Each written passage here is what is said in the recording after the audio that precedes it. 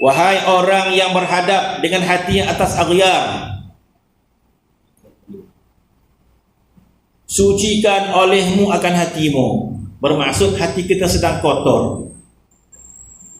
Bermaksud salat kita tidak mampu membersihkan hati kita. Salat kita tidak mampu membersihkan hati kita. Sedangkan salat itu membawa kita menghadap kepada Allah Subhanahu wa taala. Salat itu mentarbiyah kita.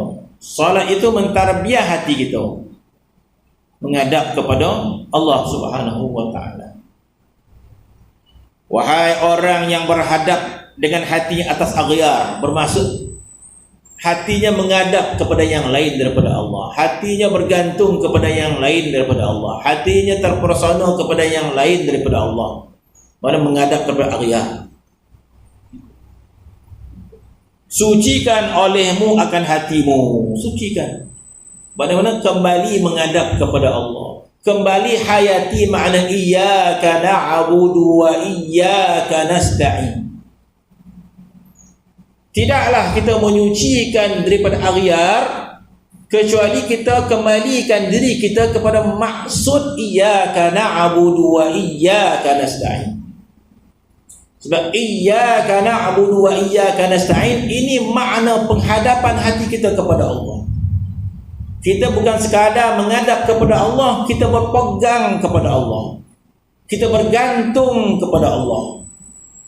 Kita berharap kepada Allah Subhanahu wa taala. Kita fakir kepada Allah. Kita iftiqar kepada Allah Subhanahu wa taala. Kita sangat berhajat kepada Allah Subhanahu wa taala. Maka ketika inilah dikatakan hati kita menjadi suci.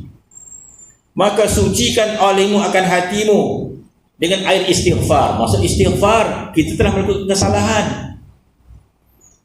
Kita telah melakukan kesalahan. Kalau kita tidak istighfar, di padang mahsyar nanti kita akan jadi orang yang hina. Kita akan jadi orang yang hina. Dan Allah Subhanahu wa taala perintahkan kita supaya cari kepada orang yang kita bergantung. Kamu bergantung kepada siapa di dunia tu? Pergi cari. Ada tak dia? Pergi cari, bergantung.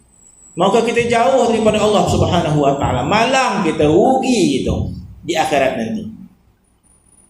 Bila kita menghadap kepada yang lain daripada Allah, berharap kepada yang lain daripada Allah, kita bergantung kepada yang lain daripada Allah Subhanahu wa taala, sedangkan setiap ayat kita menyebut iyyaka na'budu wa iyyaka nasta'in. Hanya engkau kami sembah, hanya engkau kami minta tolong, hanya engkau ya Allah.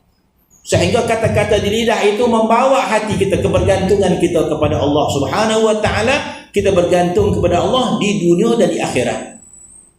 Di dunia dan di akhirat. Hidup dunia kita bergantung kepada Allah Subhanahu wa taala. Bukankah itu yang kita sebut dalam solat kita? Jadi masalah dia, solat kita itu lalai, hati kita lalai daripada menghayati makna solat.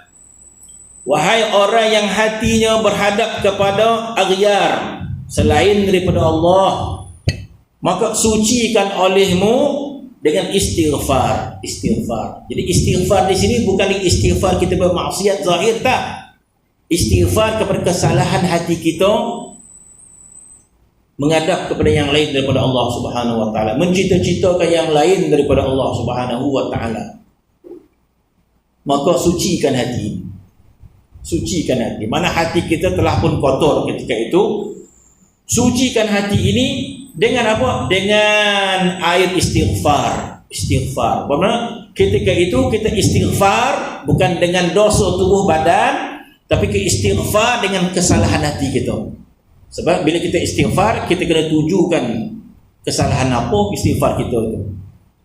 Jadi kita tujukan astaghfirullah, daripada hatiku tidak menghadap kepadamu. Astaghfirullah, daripada hatiku tidak bergantung kepadamu ya Allah. Astaghfirullah, daripada hati aku tidak berharap kepadamu ya Allah. Astaghfirullah, daripada hati aku cenderung kepada yang lain. Astaghfirullah. Maka istighfar, barulah Tuhan baiki hati kita.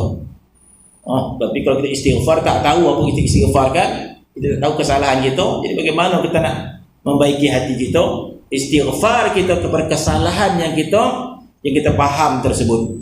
Sebab ketika itu disebut hati kita telah pun kotor, maka sucikan olehmu akan hatimu itu dengan istighfar. Campurkan olehmu akan yang ketujuh kalinya daripada najis ini dengan tanah apa ni? Tazallul. Lam yang tak bercantum. Lam. Tazallul. Tazallala yatazallalu tazallulan. Tazallul. Masya-Allah. Jadi dia masya-Allah ya. Jadi kalau baju, kalau badan kita kotor, badan kita bernajis, bokeh makanan kita bernajis, najis yang paling bau adalah najis mughallazah. Badan kita kena najis, pakaian kita kena najis, bokeh minum kita kena najis. Najis yang paling bau najis mughallazah. Anjing dan babi. Khilaf pula ulama tentang babi dan sebagainya. Ada apa yang kita anjing dan babi lah mughallazah. Jadi mughallazah dalam kitab fiqh berapa kali basuh? 7 kali kan? 7 kali basuh, salah satu dah dengan tanah. Sari nak bersihkan najis mughallazah ni. Kalau najis biasa saja kita jiru yang hilang dah lah. Dari mughallazah tak. Dia kena 7 kali jiru. Salah satu dah tanah. Masya-Allah. Di sini dia mengirakan kekeruhan hati, betapa kotornya hati itu bila menghadap kepada yang lain, kepada Allah, bergantungnya tidak lagi kepada Allah, maka ini najisnya mughallazah. Maka basuh dia kena 7 kali juga. Mana menggambarkan betapa beratnya najis kekotoran itu.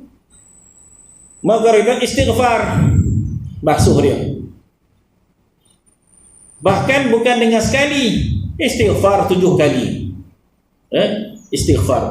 Istighfar dengan menghayati kesalahan hati itu. Istighfar dan campurkan olehmu yang ketujuh. Mana astaghfirullah itu 7 kali. Dan campurkan yang ketujuh itu, kalau najis mughallazah biasa campur dengan tanah. Ini istighfar itu umpama air. Yang ketujuh itu campur istighfar itu dengan tanah tazallul. Jadi tazallul itu umpama tanah. Tazallul ni kerendahan. Zul ni kerendahan, kehinaan. Kerendahan, keinahan. Merendah gitu. Serendah-rendahnya, menghina kita, sehina-hinanya. Semakin kita menghina, semakin kita dipandang mulia oleh Allah Subhanahu. Hinakan diri kita. Kita ni mandang kita mandang diri kita mulia. Payah kita nak mandang diri kita hina. Maka tazallulan, maka dibasuh dengan tanah tazallul dia kata.